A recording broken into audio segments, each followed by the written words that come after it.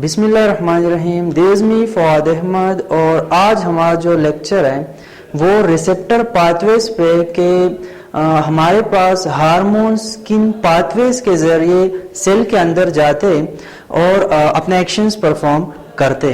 Previous lecture में हमने hormones की क्लासिफिकेशन के बारे में बात की थी कि हमारे पास प्रोटीन एंड पॉलीपेप्टाइड्स होते, इसी तरह स्टेरॉयड हार्मोन्स होते और इमाइन हार्मोन्स होते। तो इनमें जो पेप्टाइड हार्मोन्स हैं इनमें हम दो तरह के पाथवेज देखते हैं। जो पेप्टाइड्स हार्मोन्स होते हैं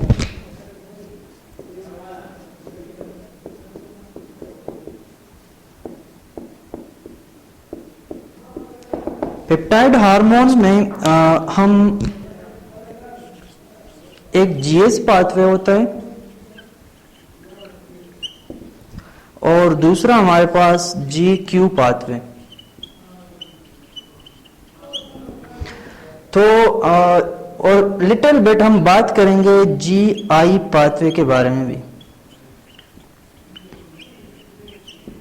लेकिन पेप्टाइड हार्मोन्स आपको नॉलेज होनी चाहिए कि जो पेप्टाइड हार्मोन्स होते हैं ये हमारे पास वाटर सॉल्युबल होते हैं और जो हमारा टारगेट सेल है जिसका सेल मेम्ब्रेन हमारे पास फॉस्फोलिपिड से बना होता है, तो पेप्टाइड हार्मोन्स डायरेक्टली सेल के अंदर पेनिट्रेट नहीं कर सकते। इसीलिए पेप्टाइड हार्मोन्स के लिए हमारे पास एक्स्ट्रा सेलुलर रिसेप्टर का होना लाजमी है। फॉर एग्जाम्पल एक हार्मोन लेते, लेट सपोज हमारे पास एक हार्मोन है एफिनेफ्रिन।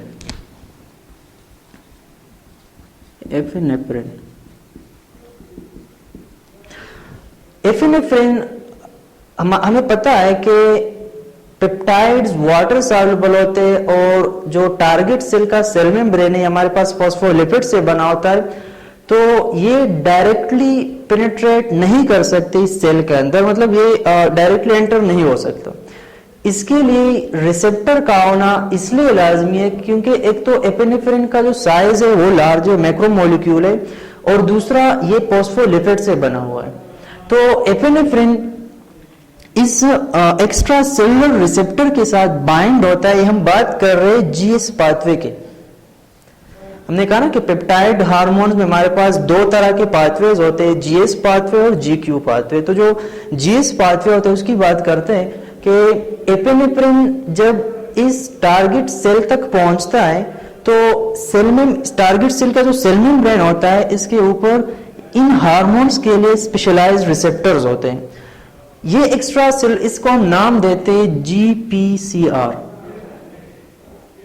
यानी जी प्रोटीन कपल रिसेप्टर। ये ऐसे रिसेप्टर्स होते हैं जो बाहर से हार्मोन्स को ट्रैप करते और अंदर सेल की तरफ लाते हैं, मतलब एंडोसाइटोस करते हैं। तो एंडोसाइटोसिस के बाद हम कहते हैं कि जो एक्स्ट्रा सेलुलर रिसेप्टर है इसकी बिल्कुल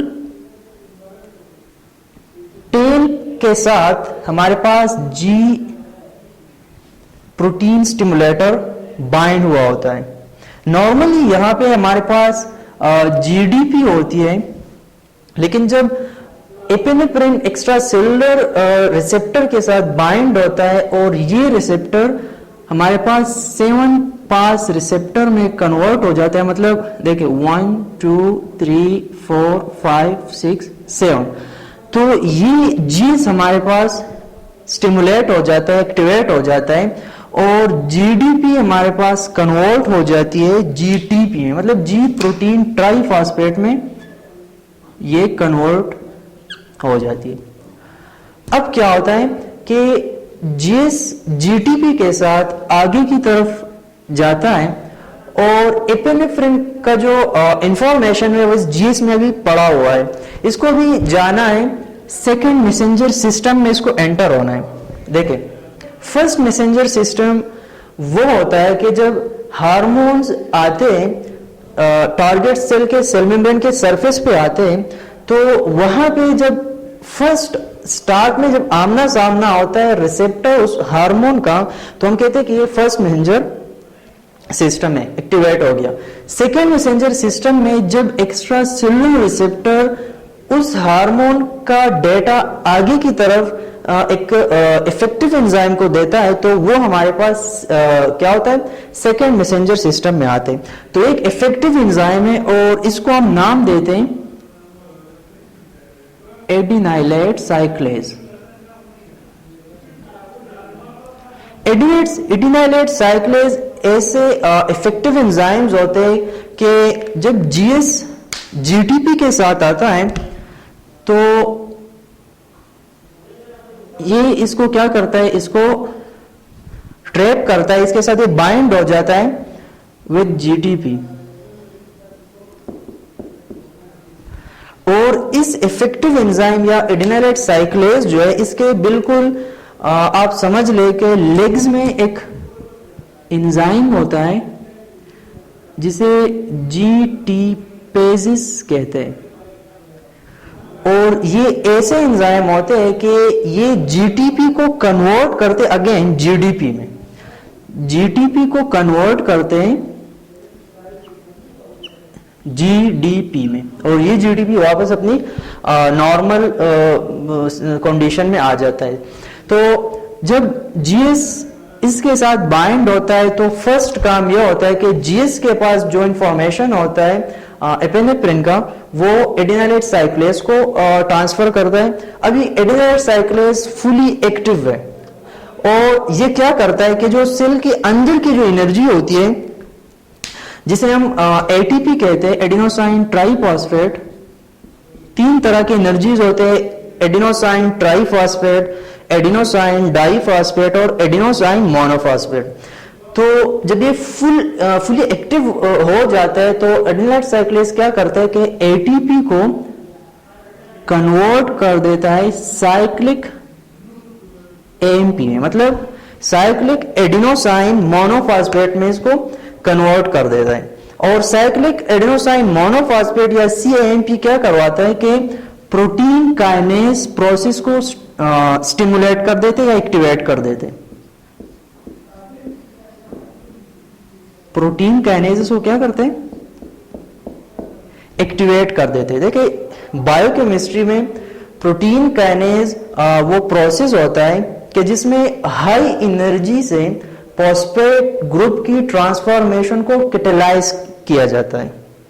प्रोटीन काइनेज क्या करवाता है, प्रोटीन काइनेज क्या है, प्रोटीन काइनेज बायोकेमिस्ट्री में हमारे पास एक ऐसे एंजाइम्स होते हैं कि जो हाई एनर्जी से फॉस्फेट ग्रुप की ट्रांसफॉर्मेशन को क्या करते हैं, कैटेलाइज करते, स्पीड अप करते।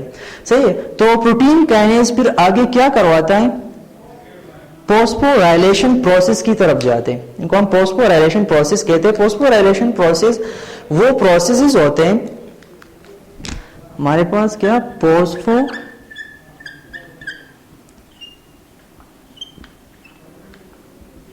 फोस्फोराइलेशन प्रोसेस एक ऐसा प्रोसेस होता है कि हमारे सेल के अंदर जितने भी फॉर एग्जांपल सोडियम चैनल बन रहा है, पोटाशियम चैनल बन रहा है, इसी तरह अगर कैल्शियम चैनल बन रहा है, या अगर ट्रांसक्रिप्शन प्रोसेस हो रहा है, ट्रांसक्रिप्शन प्रोसेस आपको पता होना चाहिए कि जो ट्रांसक्रिप्शन प्रोसेस होता है इसमें डीएनए आरएनए में कन्वर्ट होता है, या हम ये भी अगर सेल ग्रोथ कर रहा है, यानी ज्यादातर जो है ना, मतलब जो प्रोटीन का बनना, for example sodium potassium calcium, ये सारे चैनल असल में प्रोटीन से बने होते हैं। तो ये सोडियम पोटाशियम कैल्शियम चैनल अगर क्लोज हो रहे, ओपन हो रहे, या अगर ट्रांसक्रिप्शन प्रोसेस हो रहा है, या अगर सेल ग्रोथ कर रहा है, तो इन सारे प्रोसेसेस को हम फोस्फोराइलेशन प्रोसेस का नाम देते हैं। और क्या करवाते हैं कि प्रोटीन काइनेज इसको एक्टिवेट करवाते हैं, और हमारा जो कंट्रोल रूम होता है जिसे हम न्यूक्लियस का नाम देते हैं, तो न्यूक्लियस इन सारे एक्टिविटीज को इस पे फोकस होता है, उसको देख रहा होता है। तो क्या होता है कि जीएस पाथवे के जरिए इस मैकेनिज्म एपिनेफ्रिन क्या करवाते हैं, एपिनेफ्रिन इस मैकेनिज्म के जरिए सेल में एंटर होता है और अपने एक्शंस परफॉर्म करते हैं। अगर वो एपिनेफ्रिन या कोई और हार्मोन हो, यानी पेप्टाइड होने चाहिए, क्योंकि पेप्टाइड हमारे पास दो पाथवे पे जाते हैं, जीएस पाथवे पे और जीक्यू पाथवे पे। तो ये जो मैकेनिज्म था जिसमें हमारे पास second messenger system adenylate cyclase है, तो ये हमारे पास जीएस पाथवे।